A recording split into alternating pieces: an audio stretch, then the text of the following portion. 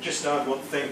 The reason we're talking about collaboration is because from our experience of delivering the BDUK programme, an awful lot of our residents and businesses themselves are very impatient to get something going.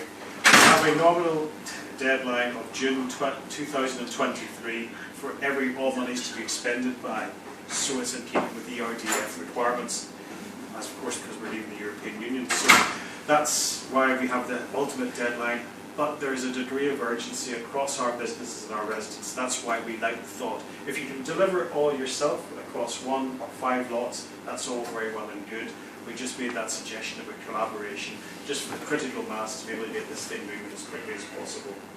So, I'll hand you back to... Yeah, that's fine. I've just come back a slide because it's already been mentioned to me. Will the local authorities' wide area networks be put into the pot? And the answer is at this stage, no.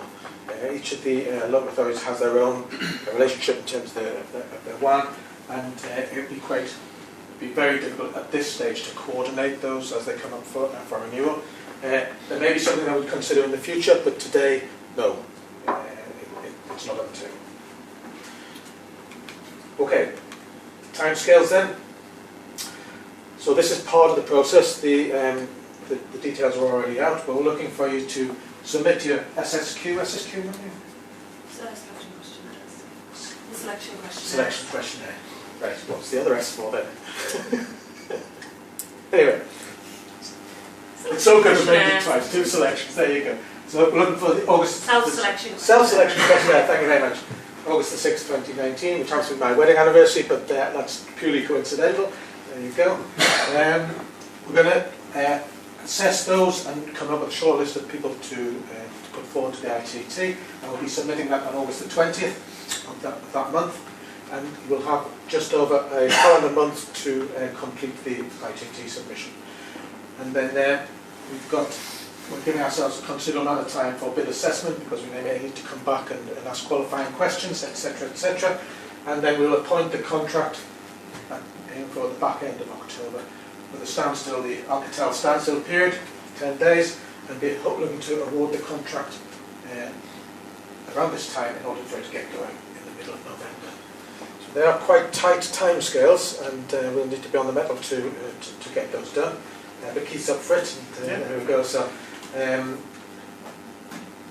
that's what we're planning to do over the summer, and have it ready for the beginning. May I just put in one other point? We have £2.5 million of ERDF money.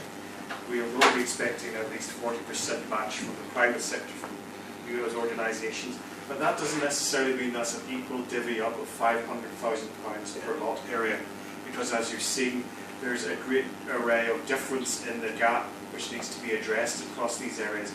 Everything from Middlesbrough and Redcar, which are quite far along, to, I don't mean to be rude here, but to Yockman, Darlington, where there's a more significant gap, where we'll probably be expecting to expend an awful lot more of our money in Darlington and Hartlepool, and in also those geographies which are of economic significance to us. So that 500,000 isn't an easy divvy up. It will be, it's 2.5 million across the full lots, all 5 lots. Yeah, I think the converse is also true. It's extremely unlikely we'll stick it all in one local authority area. It has to get that balance right of fairness and with value for money, I think. Yeah. Yes. Okay. Good. Anything to do with timescales that anybody's? It's ambitious, isn't it? It is ambitious. In terms of deadline. It is. It is. Building on 1,400 properties a month, roughly. Which will be advised by this, this is for, is there no, that's not true. There's about 11,000 properties, 12,000 properties. Yeah, 11,000 divided by the time frame is roughly 1,500 months. There's 3 years, is it? Yes. Right. Yeah. So it's more like a third of that, I think. Right. Yeah. Okay. My maths is still right.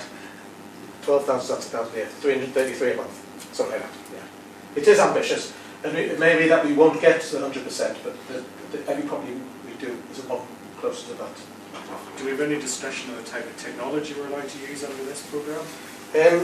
Well, we're allowed to use any technology we wish, but I think the ultimate technology would have to be fibre, because in my view that future-proofs everything that we're going to do. Is the review to standardise the network topology across all regions? Or? It has to be an open network. It has to There's be. no set specification for what product set you would like to see. I don't think we can restrict the market in that way, but we can ideally. I think this is where the collaboration comes in, because then you start to use a common technology set. So it needs to be an open network. It needs to be able to supply services to other retailers who would wish to come onto it, and of course that'll drive demand for the product anyway. So that would be the case. You can't just build this product and then sell your own services on it. Okay. So things such as, okay, I'm going to pass these number of premises, I'm going to connect these number of premises, but this is the plan of how I'm going to get people to buy into it, how I'm going to get customers onto the network, because it would also be part of our considerations. Because having just dark fibre in the ground would be nice, but it wouldn't be much use to us if people don't use it. It's business to business. Because our performance indicator for this, unlike BGK, which is 98.1% premises covered, we actually have to have, businesses enabled. So it has to be prove that you've enabled a business with super fast or ultra fast broadband provision. Thereafter, so this is the other bit for us is the number of residences which is covered by this. Yeah, but it's going to be weighted much more heavily towards That's to this. incentivize you guys. It's not so much of a key performance indicator for us, but that's how you commercialize this moving forward.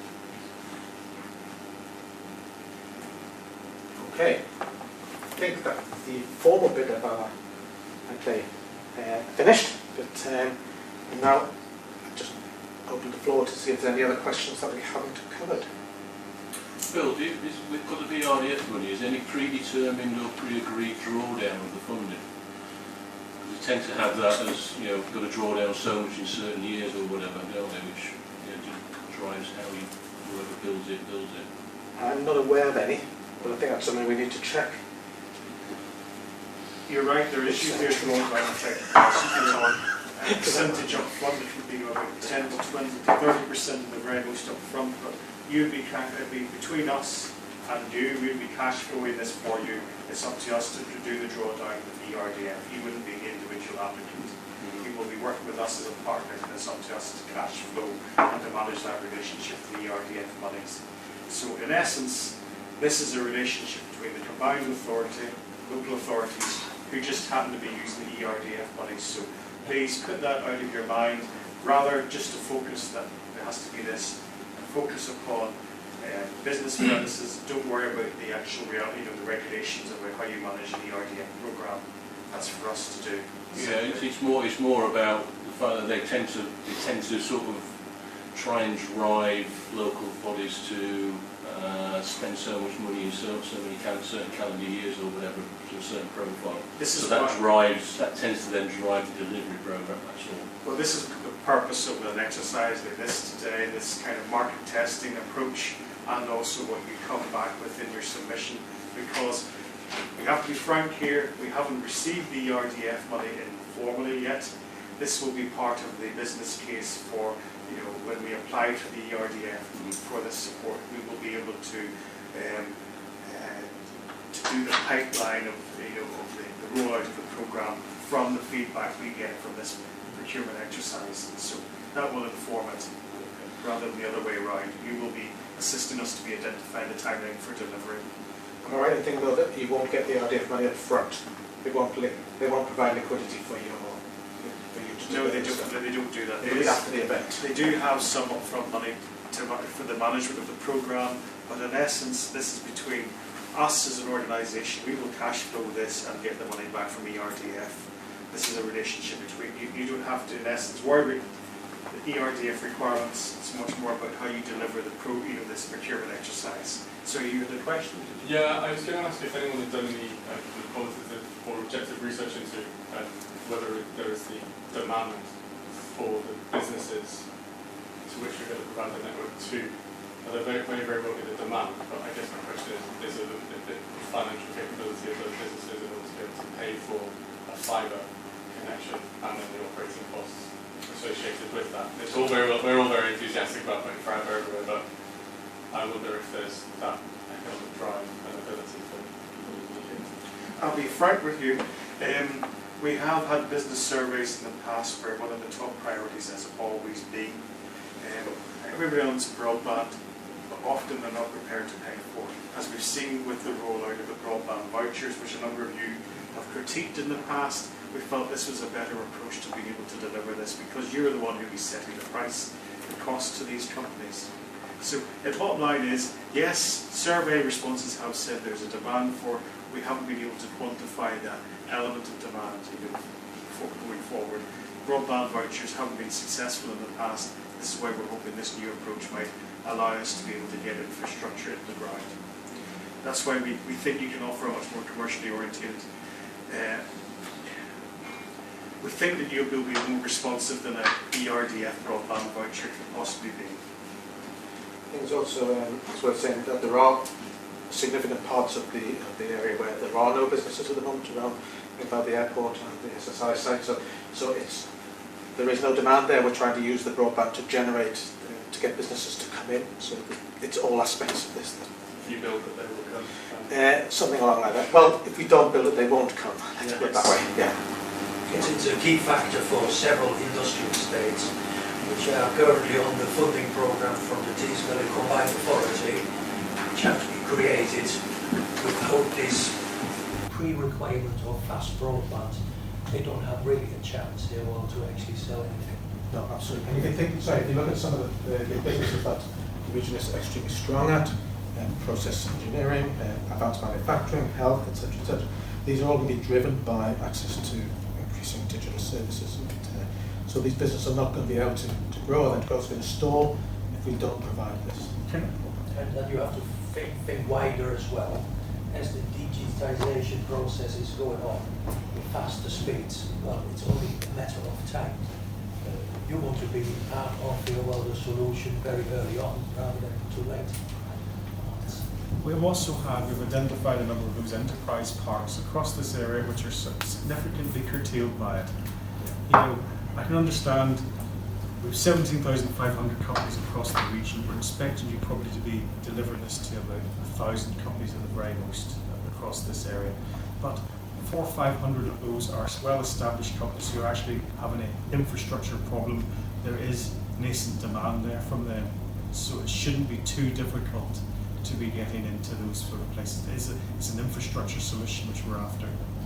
I think if you provide it, there will be an appetite to avail of the services. Would the authority deal with the help with wayleave issues that we come up against? We actually have a bespoke approach to wayleaves across this area. We have one size fits all approach across all 5 local authorities. And we will, as I said at the very start of this, we have an enabling attitude. We will do anything to get broadband rolled out across the region. I think this is what we meant by this slide. It's much available so that public infrastructure so that you could use that if that's right. Clearly, wayleaves only help. The council can only help really with wayleaves with the land, I suppose. Yeah, but yes. So we know there's an area locally where we have an issue with the wayleave, but it was privately owned the land, and this estate was a big estate, which all the businesses wanted it, boiled out there to the verge of not being able to get this across this farm's land who wanted a shed load of money. Is there anything from a legal aspect you can do with that? I have to be blunt, I wouldn't be able to advise you today on these sort of things about the best process.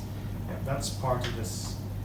I can't give you an answer on that. I'd have to get back to people on the planning side within the respective councils, the Southwith and my knowledge set. If that's the sort of question which you want brought up within this exercise, we'll try and get an answer for you, and we will share that with all parties involved within this exercise.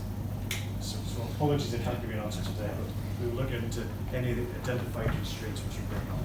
I don't think that we'll be in a position to force the landlord to give you a wayleave, but maybe I'll provide alternative routes.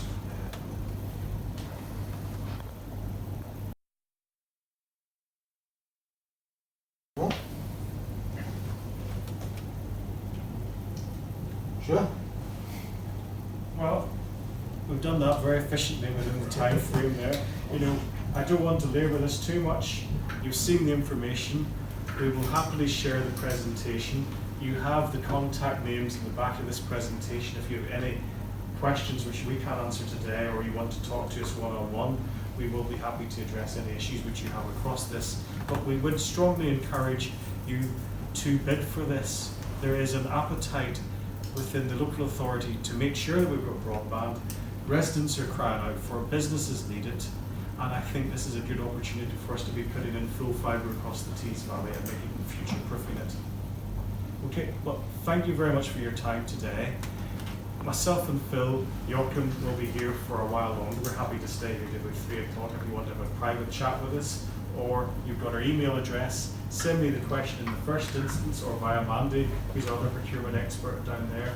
If you want to have any questions, we will happy to identify you to address those for you if there's not something you want to bring up in front of, I understand, competitor companies.